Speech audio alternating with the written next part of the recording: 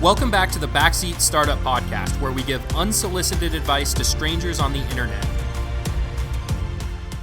Today I'm joined by Justin Chua, founder of AI Starter. Justin, thank you so much for being on the show. Can you introduce yourself and how you came to start your company?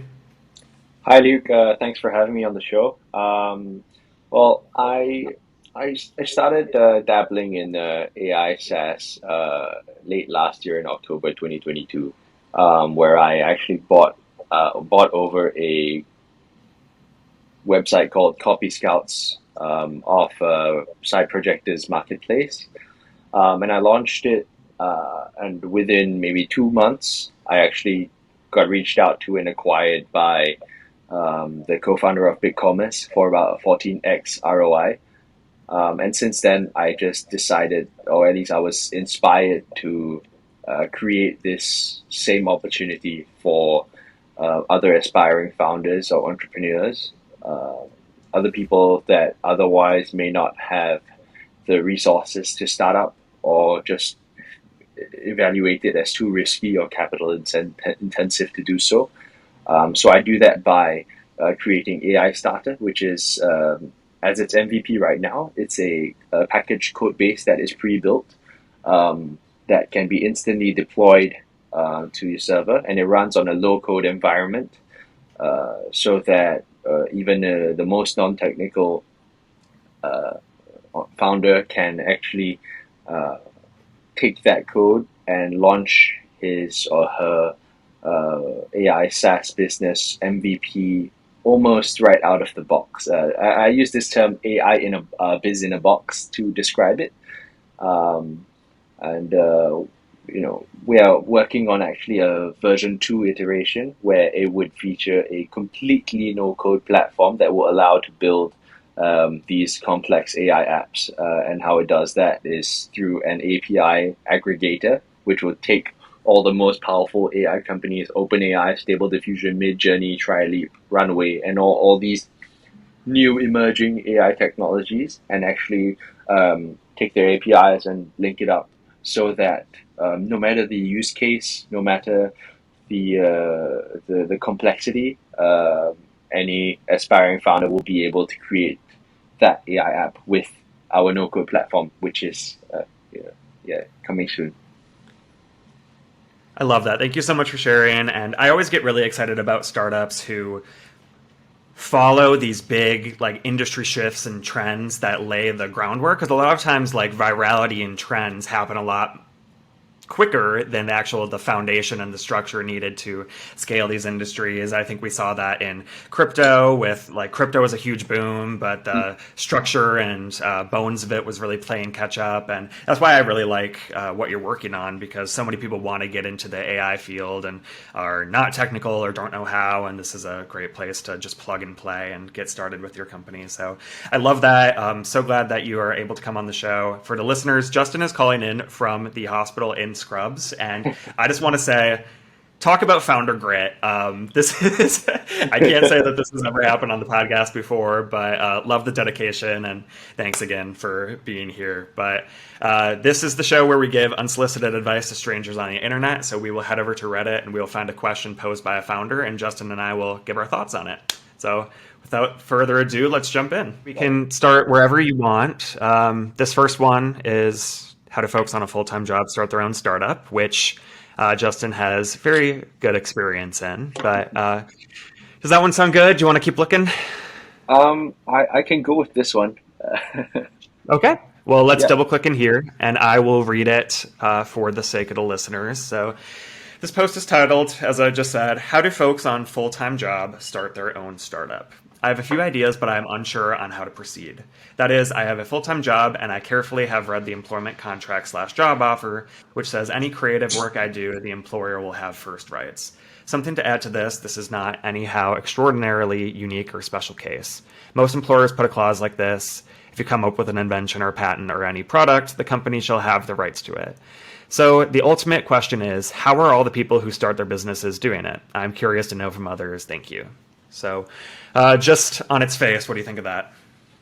I think it's a difficult position to be in. I mean, the clauses in an employment contract can either work for you in some cases, but also work against you.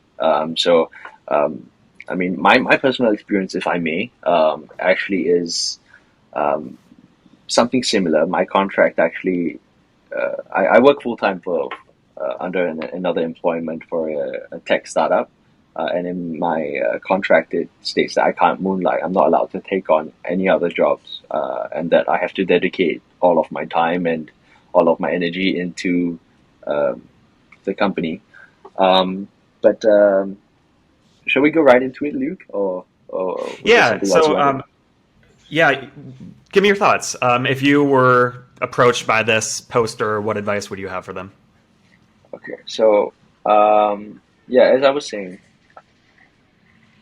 I'm in a similar situation, but it's still probably not as serious as the one in this post, where any work that they do, they will have the rights to, because that's a little bit sticky. You probably have to, I would say, you probably have to actually renegotiate your contract to actually allow you to have a side project that you might own, or at least collaborate with your full time job to see if they'll be willing to actually support it and maybe even fund it or share resources to make something of it. That's just off the bat. Yeah, no, that's great advice, and I am gratified to see that this poster is starting with the contract because I think a lot of people jump into it without even seeing what their contract has to say about it. So definitely that's a good place to start because that'll form the basis of what you're permitted to do, what you may or may not be permitted to do. And I'm putting on my lawyer hat right now. This is not legal advice. I am a lawyer. I am not your lawyer, but that's definitely the first place to start. See what the contract has to say. And a lot of them will have something to the effect of if this technology is built with company resources or on company time, that is when you can kind of get into those IP provisions where they might take ownership in it. If you have seen Silicon Valley, that's a huge like storyline in one of the seasons.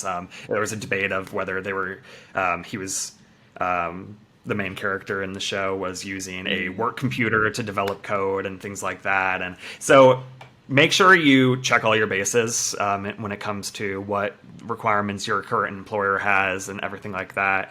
In terms of, this poster is like, I see so many people doing this. I don't have every contract in front of me, but I think a lot of companies are pretty encouraging of people working on side projects. I mean, some of the big tech companies even, dedicate resources for people to work on their own stuff. And, the result of that and who owns that is a whole nother discussion. But like you said, it's usually not as aggressive as you might think. And there might be a lot of situations where you just have to keep your, Yep. main work life and your side hobby life separate. Maybe that is even tech. Like if you have a work laptop, make sure to have a personal laptop, do it outside of work hours, things like that. But there's a lot of ways that you can go about that. And so this was not asked in the question, and I guess I thought this is where the question was going to go, just reading the headline. But what are your thoughts about just like managing the lifestyle of working a full-time business while having a side hustle? Because obviously it can lead to long hours, and that's why we do it. That's why we love it. But I'm curious to hear your thoughts around maintaining that balance between full-time and side gig. Yeah. No, definitely it's definitely super time consuming.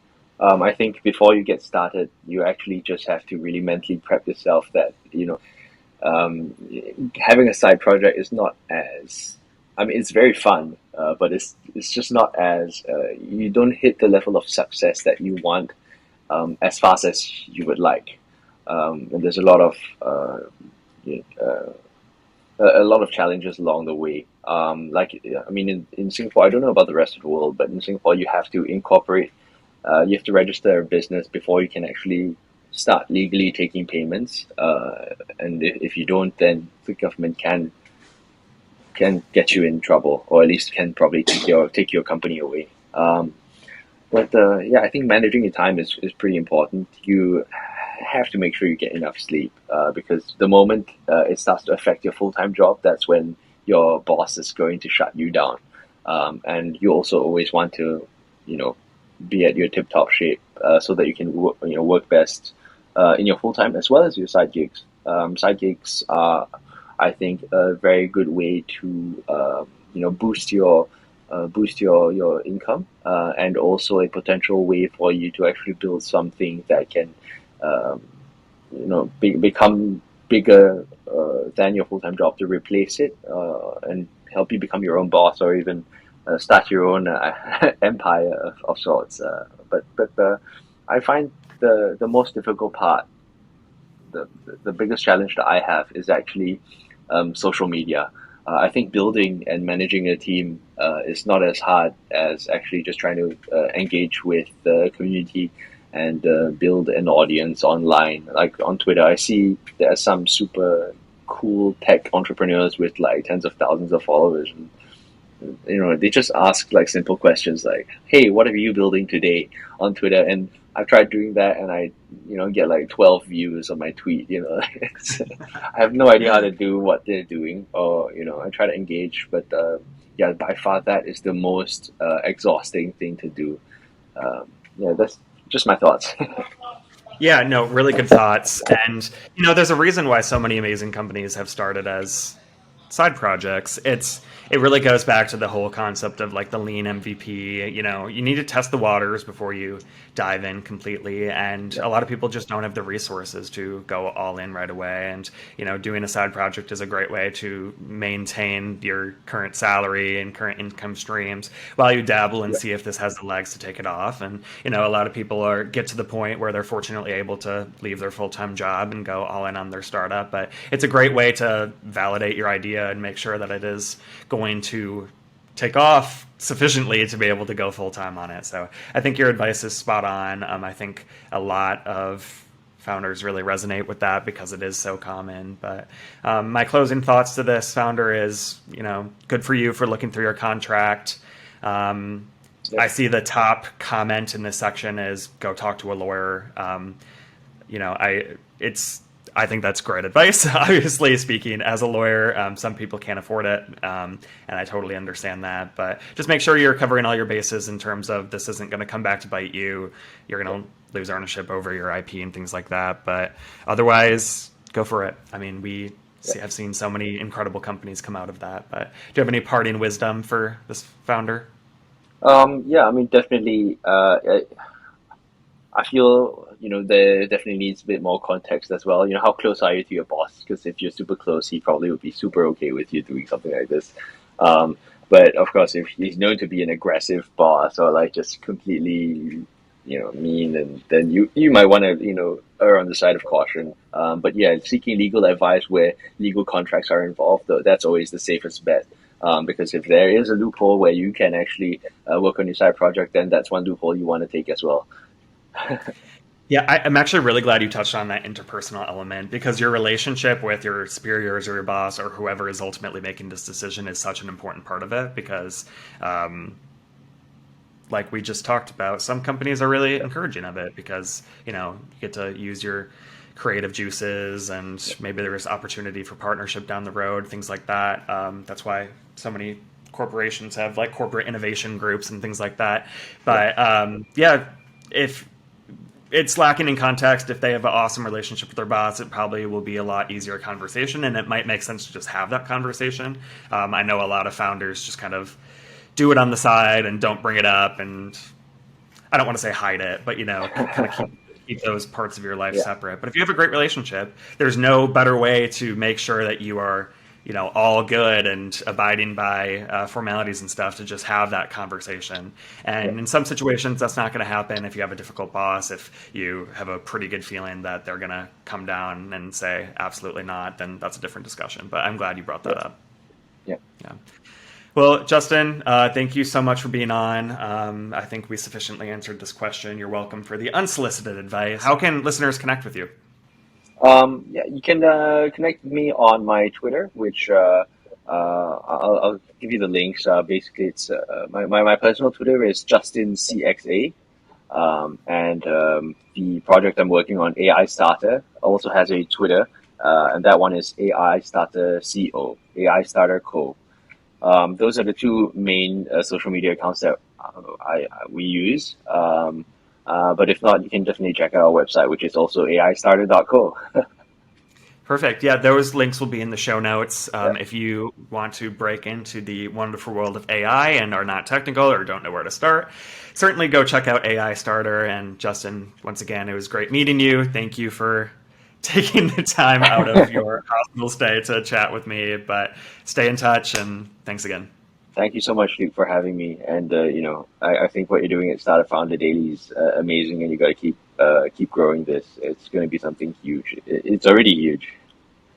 Well, I certainly appreciate that. But thanks again, and take care. The Backseat Startup Podcast is brought to you by Startup Founder Daily, a media company focused on early-stage companies.